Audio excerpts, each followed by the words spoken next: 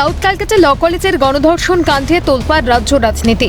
ঘটনায় গ্রেপ্তার করা হয় মনোজিৎ মিশ্র, জয়েব আহমেদ এবং প্রমিত মুখোপাধ্যায়কে। পরে কলেজের নিরাপত্তা রক্ষীকেও গ্রেপ্তার করে পুলিশ। বাংলার মেয়েরা আদৌ কি সুরক্ষিত? বিতর্ক দানা বাঁধতেই সড়ক বিরোধীরা কাজ করায় সেই তৃণমূল। তবে অভিযোগ নস্যাৎ করে পুনা, উত্তরপ্রদেশ, মধ্যপ্রদেশ ও গুজরাতের তুলনা টানলেন তৃণমূল নেতা কুণাল ঘোষ।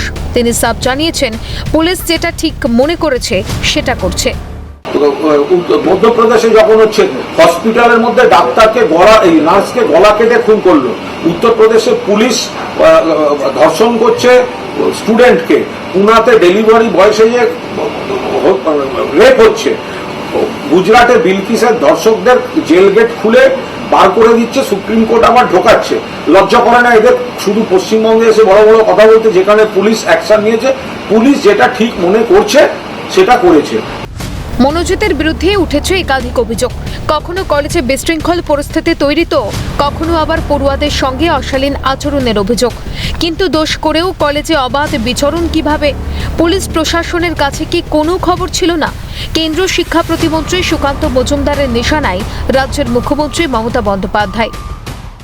এই ছেলেটি দিনের পর দিন এইভাবে ধর্ষণ করেছে, কোনো ক্ষেত্রে মেয়েদেরকে বাধ্য করেছে এসব করার জন্য, তাদের আবার ভিডিও করে রেখেছে। তো এত কিছু ঘটে যাচ্ছে, উনি জানতে পারেননি? কেমন অপদার্থ মুখ্যমন্ত্রী আমাদের। তৃণমূলের ছাত্রনেতা বকলমে কলেজের পরিচালক। রাজ্যের সব কলেজেরই কার্যত একই অবস্থা। কটাক্ষ করতে ছাড়েননি বাম নেতা সুজন চক্রবর্তী। কলকাতা ল কলেজে দেখা যাচ্ছে যে তৃণমূলের ছাত্রনেতা তিনি কলেজের কর্মী হয়ে বসে আছেন এবং বকলমে কলেজের পরিচালক। এটা কি শুধু সাউথ কলকাতা ল কলেজ, আপনি গোটা পশ্চিমবাংলায় যান, জায়গায় জায়গায় তৃণমূলের হয়ে যারা নেতাগিরি করেছে ছাত্র, তাদেরকেই অথবা যারা টাকা পয়সা দিতে পেরেছে তৃণমূলের ছাত্র নেতাদের মধ্যে, সবাই তো পায়নি, তৃণমূলের ছাত্র নেতাদের মধ্যে যারা যারা টাকা পয়সা দিয়েছে তারাই কলেজের কর্মচারী এবং কলেজে দাপিয়ে বেড়াচ্ছে, তারাই অ্যাজিভ কলেজের কর্তৃপক্ষ। আমি কত কলেজের নাম বলবো, কলকাতার পাশে ভাঙর কলেজে যান। কসবা ল কলেজে গণধর্ষণের ঘটনায় থমকে গিয়েছিল পঠন পাঠন। অবশেষে খুলতে চলেছে কলেজ। তবে পড়ুয়াদের সুরক্ষায় একাধিক বিধিনিষেধ জারি করেছে কলেজ কর্তৃপক্ষ।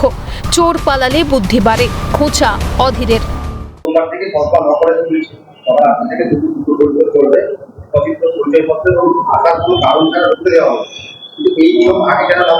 এইগুলো একটা কথা আছে না বাংলায়, যে চোর পালালে বুদ্ধি বাড়ে। এখন দেখাতে হচ্ছে, দেখো কত নিয়ম করছে। তবে বিতর্ক উড়িয়ে সামাজিক ব্যাধি বলে দাবি করে তৃণমূল বিধায়ক সায়ন্তিকা বন্দ্যোপাধ্যায় বলেন, অপরাজিতা বিল আইনে পরিণত হলেই অভিযুক্তরা শাস্তি পাবে, তাহলেই সমাজ থেকে এই ব্যাধি দূর করা সম্ভব হবে। বিষয় তো কলেজে বা হসপিটালে বা মন্দিরে, এটা যে কোনো জায়গাতেই ঘটতে পারে, কারণ এটা মানে ব্যক্তি মানসিকতার উপরে ডিপেন্ড করছে। এটা একটা সামাজিক ব্যাধি। অপরাজিতা বিল সেইটা যেন আমরা লাগু করতে পারি নিয়ম অনুযায়ী, কিন্তু যতক্ষণ না কেন্দ্র থেকে সেটা অ্যাপ্রুভড হয়ে আসবে ততক্ষণ তো আমরা করতে পারবো না। যদি আমরা ম্যাক্সিমাম শাস্তি এই অপরাধের জন্য দিতে পারি, তাহলেই আমার মনে হয় সমাজ থেকে এই ধরনের ব্যাধি আমরা রোধ করতে পারবো। রাজ্যের কলেজে কলেজে রয়েছে এমন অনেক মনোজিৎ, যাদের দাপটে কার্যত ত্রাহি ত্রাহি অবস্থা। তাদের দৌরাত্ম্য উত্তরোত্তর বেড়েই চলেছে। কিন্তু প্রশ্ন উঠছে, কাদের প্রশ্রয়? এই দাদাদের মাথায় কাদের হাত? প্রশ্ন তো উঠবেই। ক্যালকাটা নিউজ।